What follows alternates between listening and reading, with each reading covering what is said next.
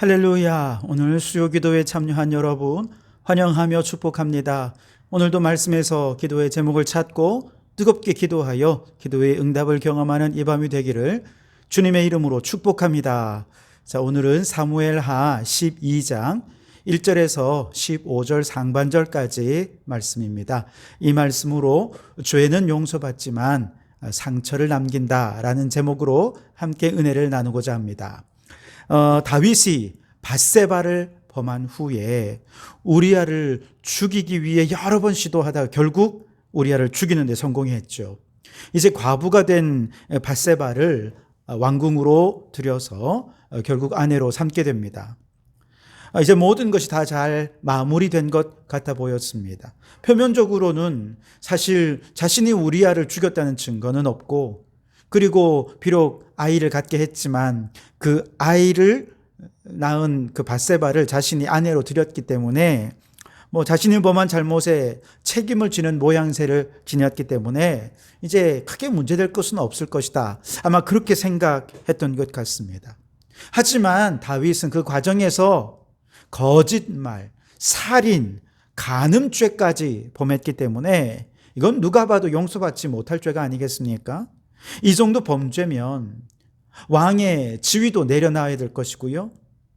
심지어 죽어서도 천국까지 못하고 지옥 형벌을 받아야 될 정도로 그는 엄중한 죄를 범했던 거죠. 자, 그런데 하나님께서는요, 곧바로 다윗을 징계하시고 심판하지 않으시고 그가 스스로의 죄악을 깨우치고 회개할 수 있는 기회를 허락해 주셨습니다. 자, 1절 말씀해 보시면 여호와께서 나단을 다윗에게 보내시니 그가 다윗에게 가서 그에게 이르되 한 성읍에 두 사람이 있는데 한 사람은 부하고 한 사람은 가난하니 그랬습니다. 여호와께서 다윗에게 누구를 보냈습니까? 나단 선지자를 보냈습니다. 왜 보내셨습니까? 회개할 기회를 주기 위해서 보내신 것이죠. 여러분, 사울 왕도요, 하나님의 징계를 받긴 했지만 그 전에 하나님께서 그가 회개할 수 있는 기회를 여러 번 주셨어요. 생각해 보세요. 처음에 블레셋과 전투를 앞두고 사울 왕이 제사장을 대신해서 제사를 드리지 않았습니까? 뒤늦게 도착했던 사무엘 선지자가 상황을 파악하고 깜짝 놀라며 물었죠. 왕이 행하신 것이 무엇입니까? 여러분, 이 질문은 사울 왕의 죄에 대해서 징계하시려고 하신 내용이 아닙니다. 용서하시기 위해서 회개할 기회를 주시기 위해 이 질문을 한 것입니다. 그런데 그때 사울 왕은 어떻게 합니까? 핑계를 대죠. 당신이 정한 날에 오지 않아서 어쩔 수 없이 제가 제사를 인도한 거 아닙니까? 그때 하나님께서 사울을 그만 징계하셨습니다. 왕이 망령되이 행하셨고 여호와의 명령을 지키지 아니하였으니 여호와께서 새로운 지도자를 구할 것이요. 이후에 아말렉과의 전투가 끝난 후에도 마찬가지였습니다. 사람으로부터 모든 짐승과 가축들을 다 멸절시키라 명령하셨는데 살진 짐승들이 우는 소리가 들리는 거예요. 심지어 사울이 자신의 승전을 기념하는 기념비까지 세우고 승리를 자축하고 있다라는 소식을 사무엘 선지자가 듣게 됩니다. 이번에도 하나님께서 사무엘 선지자를 보내셔서 묻습니다. 내 귀에 들려오는 이 양의 소리와 내게 들리는 소의 소리는 어찌 됨이니까?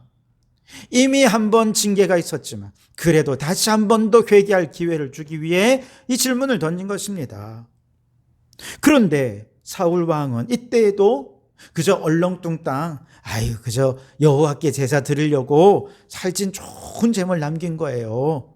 그러면서 그냥 대충 넘어가려 한 것이죠. 결국 왕이 여호와의 말씀을 버렸으니 여호와께서도 왕을 버렸습니다 라고 하는 최종적인 심판을 받게 된 것이죠. 지금도 마찬가지입니다. 다윗도요, 하나님께서 그에게 나단 선지자를 보내신 이유도 마찬가지예요. 회개할 기회를 주기 위해서였다는 거예요. 그래서 나단 선지자가 다윗에게 가자마자 다윗의 죄를 막 들춰내면서 그를 비난하고 정죄하고 징계하고 심판하고 그렇게 한 것이 아니라 한 가지 비유를 들어서 다윗의 반응을 보게 됩니다. 그래서 여러분, 여호와께서 나단 선지자를 죄인 다윗에게 보내신 이유, 여러분, 그것은 다윗의 죄를 지적해서 정죄하기 위한 것이 아니라 그는 사실 이미 죄를 범한 지 약 1년이 지나도록 하나님 앞에 회개를 하지 않았던 거예요. 양심이 지금 마비가 되었는지 회개하지 않고 그렇게 시간을 보내며 아무렇지도 않은 듯 그렇게 보내는 그에게 회개할 수 있는 마지막 기회를 주시기 위해 하나님께서 나단 선지자를 보내셨다는 것이죠. 말씀드린 대로 죄를 범한 지 1년이 지나도록 죄를 회개하지도 않고 모든 것이 계획대로 잘 되었어. 아무도 모르니 이대로 덮어두면 세월이 가면 다 잊혀질 거야. 안심하고 있는 다윗에게 하나님께서는 그 마비된 양심을 일깨워서 하나님 앞에 회개할 기회를 주시기 위해서 하나님께서 먼저 그에게 손을 내밀어서 나단 선지자를 보내셨던 것이죠. 근데 여러분, 우리 예수님도 죄인에게 먼저 손을 내미시는 분이십니다. 예수님과 제자들의 만찬 자리에서 예수님은 반복해서 말씀하셨습니다. 너희들 중에 하나가 나를 팔 것이다. 지금 이 그릇에 나와 같이 손을 넣는 자가 나를 팔 것이다. 아주 구체적으로, 점점 구체적으로 말씀하시면서 가룟 유다가 회개할 수 있는 기회를 주고 계신 것입니다. 그러나 그렇게 기회를 주었음에도 불구하고 가룟 유다는 모든 기회를 다 차버리고 그 길로 일어나 가서 예수님을 팔아 넘기고 말았던 것이죠. 예수님이 내미시는 그 회개의 손길을 거절해 버리고 만 것입니다. 반면에 베드로와 제자들은 어땠습니까? 예수님이 잡히실 때 모두 뿔뿔이 흩어져 도망갔습니다. 베드로는 3번이나 예수님을 모른다고 부인했습니다. 그리고 그들은 낙심하여 갈릴리로 내려가서 물고기 잡고 있지 않았습니까? 그때 예수님께서 베드로와 제자들에게 부활하셔서 찾아가십니다. 그리고 베드로에게 묻습니다. 내가 나를 사랑하느냐? 내가 나를 사랑하느냐? 3번이나 이것을 물으셨을 때 여러분, 이것은 무엇을 말하는 것이겠습니까? 베드로가 자신의 죄를 자복하고 회개할 기회를 주시기 위해 예수님께서 손 내미신 것이었다라고 하는 것이죠. 베드로는 그 손을 굳게 붙잡았고 초대교회의 큰 일꾼으로 쓰임 받을 수 있었던 것이죠. 여러분, 돌아보면 우리들도 많은 죄를 범했습니다. 그런데 어느 날 갑자기 그 죄로 인해 삶이 무너지거나 하나님의 징계와 심판이 임하는 건 아니에요. 그 전에 예수님께서 계속해서 우리에게 회개할 수 있는 기회를 다양한 징조들로 보여주시고 손 내밀어 주시고 회개할 기회를 주시는 것입니다. 산업재해와 관련해서 하인리히 법칙이라는 게 있지 않습니까? 일명 1대 29대 300이라는 법칙입니다. 어떤 하나의 대형 사고가 일어나기 전에 같은 원인으로 수십 차례의 경미한 사고가 나고요. 그 전에 이미 수백 번의 비슷한 징조들이 나타난다는 뜻이지요. 마찬가지로 우리 인생에도 죄에 대한 하나님의 심판과 징계가 있기 전에 주님은 먼저 작은 사건들을 통해서 회개할 기회를 주시는 것이죠. 예상치 못한 질병이 우리에게 찾아올 수도 있고요. 혹은 직장의 위기가 찾아올 수도 있습니다. 때로는 아무리 열심히 해도 행하는 일마다 다 실패하고 어려움을 겪을 수도 있습니다. 때로는 나단 선지자처럼 누군가 내게 와서 나의 죄를 깨닫게 하는 사람이 있을 수 있습니다. 물론 모든 재난이나 재앙이나 인생의 불행이 나의 회개를 촉구하기 위한 것은 아닙니다. 내 죄 때문이지, 내 죄 때문에 이런 불행이 생긴 것이 아닐 수도 있어요. 욥 같은 경우는 그가 의롭지 않았습니까? 죄를 범해서 그가 재앙을 당한 것은 아니었습니다. 요한복음 9장에 나오는 나면서부터 걷지 못한 그 사람, 부모의 죄도 아니고 자신의 죄도 아니고 오직 하나님의 영광을 위해 그가 그 고난을 당하고 있었던 것입니다. 그러나 그 여러 가지 경우 가운데 어떤 것을 우리에게 당하는 재난과 불행은 다윗의 경우처럼 오늘 내 죄 때문이고 나의 죄를 깨닫고 회개하기 위해서 하나님께서 우리에게 내미는 손길일 수 있다는 것이지요. 바라기는 오늘 여러분에게 닥친 불행과 고난이 혹시라도 지금까지 하나님 앞에 범한 죄를 회개하도록 촉구하기 위해 하나님께서 우리에게 내민 손길이라는 것이 깨달아진다고 한다면 여러분 그 손길에 민감하시기 바랍니다. 그 손길을 붙잡으실 수 있기를 바랍니다. 그래서 다윗이나 베드로처럼 철저히 하나님 앞에 자신의 죄를 회개하고 죄 사함 받아서 이전보다 더 크게 쓰임받는 하나님의 일꾼들이 되시기를 주님의 이름으로 축원합니다. 자, 나단 선지자가 다윗에게 가서 말했던 이제 그 죄를 깨닫게 하기 위한 비유는 이런 것입니다. 양과 소가 아주 많은 부잣집에 손님이 찾아왔습니다. 그런데 부자는 자기 집에 있는 양을 잡는 것이 아니라 옆집에 가난한 집에 그저 암양 새끼 남아있는 한 마리 가족같이 지내는 그 양을 잡아서 손님을 대접한단 말이죠. 이 얘기를 들은 다윗은 어떻게 반응했겠습니까? 그 부자에게 화를 내었습니다. 여호와의 살아계심을 두고 맹세하노니 이 일을 행한 그 사람 마땅히 죽을 자라. 그러면서 율법에 따라서 양의 새끼 4배를 갚아주라. 그렇게 주장했습니다. 그런데 그렇게 화를 내고 분을 내는 다윗 앞에 나단 선지자가 말합니다. 7절에 나단이 다윗에게 이르되 당신이 그 사람이라. 당신이 그 사람이라. 그러면서 그 부자가 바로 다윗 자신이라고 직격탄을 날리게 된 것이죠. 이 직격탄을 맞은 다윗 어떻게 합니까? 자신의 죄를 깨닫고 그 자리에 철저하게 자신의 죄를 회개하게 됩니다. 13절 말씀에 보면 다윗이 나단에게 이르되 내가 여호와께 죄를 범하였노라 하매 나단이 다윗에게 말하되 여호와께서도 당신의 죄를 사하셨나니 당신이 죽지 아니하려니와 그렇게 말합니다. 일단 다윗이 진심으로 자신의 죄를 하나님 앞에 회개합니다. 그러자 나단 선지자는 심판이나 징계가 아니라 하나님의 용서의 메시지를 전했습니다. 그러나 하나님의 용서를 받기는 했지만 죄는 반드시 상처를 남기고 마는 것이죠. 오늘 다윗의 경우는 살인죄에 간음죄에 거짓말한 죄까지 더해지면서 그 큰 죄가 핥히고 지나간 자리에 상처가 얼마나 뼈아픈 것인지 모릅니다.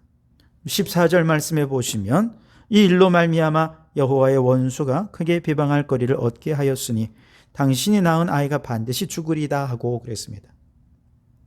요즘이야 워낙 약이 발달되어 있어서 그렇게까지 되지는 않습니다만 옛날에는 어린 시절 수두를 앓게 되면 얼굴이 그냥 얼기설기 곰보가 되어버립니다. 구멍이 숭숭 나서 얼마나 흉측해지는지 모릅니다. 그래서 그 수두 상처를 보고 많은 사람들이 막 놀리죠. 곰보래요, 곰보래요. 그러면서 막 놀리면요. 그것 때문에 스트레스를 받고 마음에 얼마나 놀림받고 상처받고 왕따 당하고 그러면서 막 우울증에 빠지기도 하고요. 왜 그렇습니까? 한번 상처가 나면 이건 자연적으로 치유가 안 되는 것이기 때문에 그래요. 곰보는 수두가 남긴 상처입니다. 수두는 나을지 모르지만 곰보는 여전히 남아서 평생 마음에 상처가 되는 것이죠. 마찬가지입니다. 우리가 죄를 범할 때 회개하면 그 죄는 하나님 앞에 용서받을 수 있습니다. 그러나 죄가 핥히고 간 자리에 크고 작은 상처가 남게 되는데 이 다윗의 경우는 2가지 상처가 크게 납니다. 하나는 다윗의 죄로 인해 원수들이 하나님을 비방할 거리를 얻게 된다는 거예요. 뿐만 아니라 다윗이 밧세바에게서 낳을 아이는 죽게 될 것이다 라고 하는 상처를 낳게 되었습니다.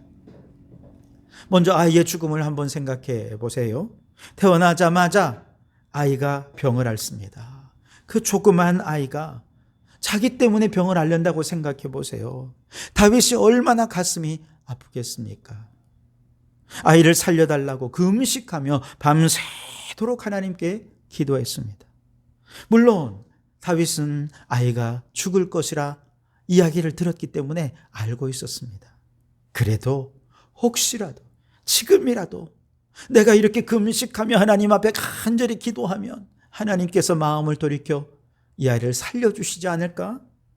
그 마음에 간절히 금식하며 기도했는데 결국 7일 만에 아이가 죽어버리고 말았습니다.